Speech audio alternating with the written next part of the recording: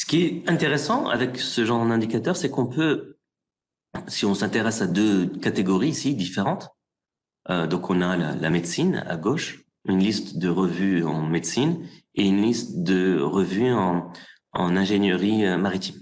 Ok. Quand on regarde Nature Medicine, le facteur d'impact ici il est de 30, environ 30. Ce que ça veut dire, c'est qu'une publication de Nature Medicine, donc l'année ici du Journal Citation Reports, les publications en moyenne sont citées en moyenne 30 fois quand elles sont publiées dans Nature Medicine. Elles sont citées 30 fois. Donc, j'ai plus l'année ici, mais supposons que c'est les données de 2019. Les publications de 2017 et 2018 sont citées en moyenne 30 fois en 2019. Si on passe dans une autre catégorie, l'ingénierie maritime ici, Marine Structures, donc ça c'est une autre revue, donc c'est une autre catégorie, elle est classée numéro 1, son facteur d'impact il est de 1.7. Donc encore une fois, en moyenne, les publications de 2017 et 2018 sont citées 1,7 fois en 2019. D'accord? Donc, encore une fois, ce que je dis ici, ce qui est important, c'est que on pourrait dire, quelqu'un, un étudiant en médecine, un chercheur en médecine, pourrait dire, oui, moi j'ai publié dans une revue qui a un facteur d'impact de 30. Et quelqu'un qui fait de l'ingénierie maritime va dire, j'ai publié dans une revue qui a un facteur d'impact de 1.7. Donc, comme vous le savez, les disciplines ont des niveaux et des niveaux de citation très différents. C'est pour ça qu'ici, on va essayer de comparer avec ce qu'on peut comparer. Donc, je ne vais pas comparer une revue en médecine avec une revue en, je sais pas, en physique ou en chimie ou en mathématiques. Donc, je vais comparer les revues par discipline, par catégorie. Et ici, on voit que celle-ci est numéro 1 dans sa discipline. Et en ingénierie maritime, il semblerait que le maximum en termes d'influence est 1.7. Et en médecine, ici, ça monte à 30. Donc, il y a des disciplines comme ça qui vont attirer, qui vont avoir beaucoup plus d'impact. Les revues dans les disciplines vont avoir des niveaux d'influence différents. Et donc ici, vous voyez, je dis que cette revue, c'est une revue Q1 et ça aussi, c'est une revue Q1. Et ça m'amène ici à ce qu'on fait dans le Journal Citation Report, c'est qu'on va classer les revues par ordre, donc, croissant ou décroissant de facteur d'impact, comme vous voulez. Donc ici, on va voir le facteur d'impact maximum et minimum. Et on va découper la catégorie en quatre groupes, 4 quartiles, d'accord? Supposons on a 100 revues, ok, 100 revues. Donc les 25 premières qui ont le facteur d'impact le plus élevé, on va les appeler Q1, ensuite Q2, Q3 et Q4. Donc quand on dit qu'une revue est Q1, tout de suite on sait qu'elle est dans le premier 25%, dans le top 25%, dans sa catégorie. Et bien sûr, dans une année particulière, puisque supposons qu'une revue, elle est classée ici, puis l'année prochaine, elle passe ici. Bon, ben voilà, elle devient Q2, d'accord? Donc, ça vous permet d'avoir une idée du classement selon le facteur d'impact. Bien sûr, c'est selon le facteur d'impact et pas un autre indicateur de la revue comparé à d'autres revues dans la même discipline. Ici, on pourrait dire, voilà, Nature Medicine, c'est une revue Q1. Et Marine Structures, c'est une revue Q1. Donc, dans leur discipline, ces revues sont dans le top 25%. Alors, bien sûr, Science ici, Translation Medicine, Ocean Engineering, Journal of Navigation, etc. Selon le nombre de revues, ce sont des revues Q1. D'accord? On pourrait dire ici, les revues Q1, en moyenne, ce sont les revues qui ont statistiquement plus d'influence. La semaine dernière, lors de la formation sur Insights, on avait vu quand on comparait quelques pays d'Afrique, on s'était intéressé au pourcentage de publications dans les revues Q1, le pourcentage de publications dans les revues Q2, pourcentage de publications dans les revues Q3 et le pourcentage de publications dans les revues Q4.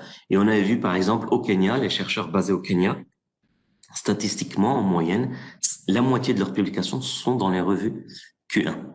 Alors que pour les pays du Maghreb, on avait vu que c'était à peu près un quart, donc 25, entre 25 et 25%, 25 et 30% à peu près, Q1, Q2, Q3 et Q4, quelque chose qui était beaucoup plus distribué.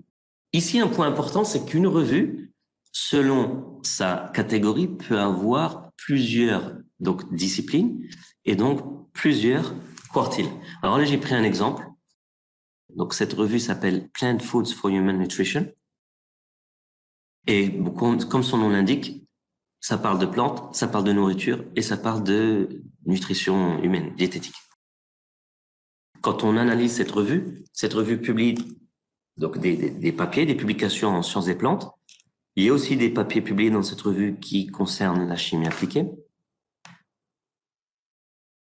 sciences de la nourriture, sciences et technologies de la nourriture et nutrition et diététique. Et quand on regarde, cette revue n'a qu'un seul facteur d'impact, bien sûr.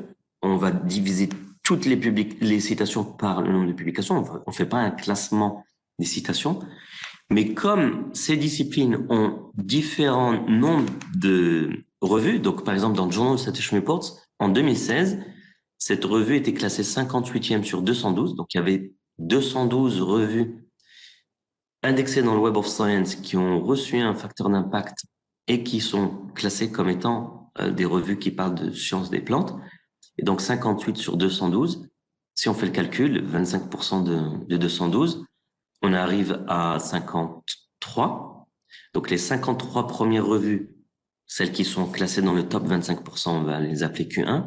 Celle-ci est 58e, donc elle est Q2. Elle est dans le top du Q2. Si on passe en chimie appliquée, elle est aussi Q2. Et là, dans ce cas-là, en chimie appliquée, il y a 72 revues qui ont reçu un facteur d'impact et celle-ci, elle est classée 23e. Encore une fois, on pourrait faire le calcul. 25% de 72, ça fait 18. Les 18 premières, Q1, ensuite Q2 et ainsi de suite. Par contre, en Food Science et Technology, cette revue, elle est Q1. Pourquoi? Parce que il y a 130 revues, mais du coup, quand on regarde cette revue du point de vue Food Science and Technology, elle est classée 31e sur 130. Bon, c'est dans le premier 25%. Par contre, en nutrition et diététique, cette revue, elle est classée Q3, donc dans le troisième quartile, parce qu'elle est classée 44 sur 81. D'accord? Donc, c'est à peu près les 20 premières Q1, les 20 suivantes Q2, et donc là, du coup, celle-ci est dans le troisième 25%, donc elle est Q3. Et il y a un autre indicateur qui est plus précis, qui est le percentile. Et donc là, elle est dans le 72e percentile. D'accord? Donc vous avez compris, entre 75 et 100, c'est Q1. Donc là, elle est juste au-dessous de 75, donc elle est Q2. Là, elle est encore une fois au-dessous de 75, entre 75 et 50, elle est aussi Q2. Là, elle est au-dessus de 75, donc elle est dans Q1, mais elle est dans le bas du Q1. Elle est quasiment à 75. Et là, elle est Q3 parce qu'elle est au-dessous de 50. Donc, elle est dans le top. Par contre, elle est dans le top du Q3. OK? Dans le top du Q2, dans le top du Q2, dans le bas du Q1 et dans le top du Q3. Et souvent, la question qui revient, c'est, donc, du coup, cette revue, c'est quoi? C'est une revue Q1, Q2, Q3? Comment on fait pour qualifier cette revue-là? La réponse est que ça dépend.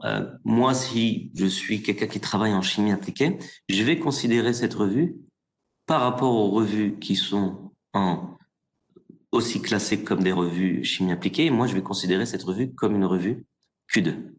OK? Si je travaille en nutrition et diététique, donc du coup, pour moi, c'est une revue Q3. Parce que ce que ça veut dire, c'est qu'il y a 43 autres revues qui sont statistiquement plus influentes. Là, encore une fois, c'est pour 2016. Q2, Q1, Q1, Q3. Donc, encore une fois, ça change. Pourquoi? Parce que le facteur d'impact est calculé chaque année et aussi parce que le nombre de revues change.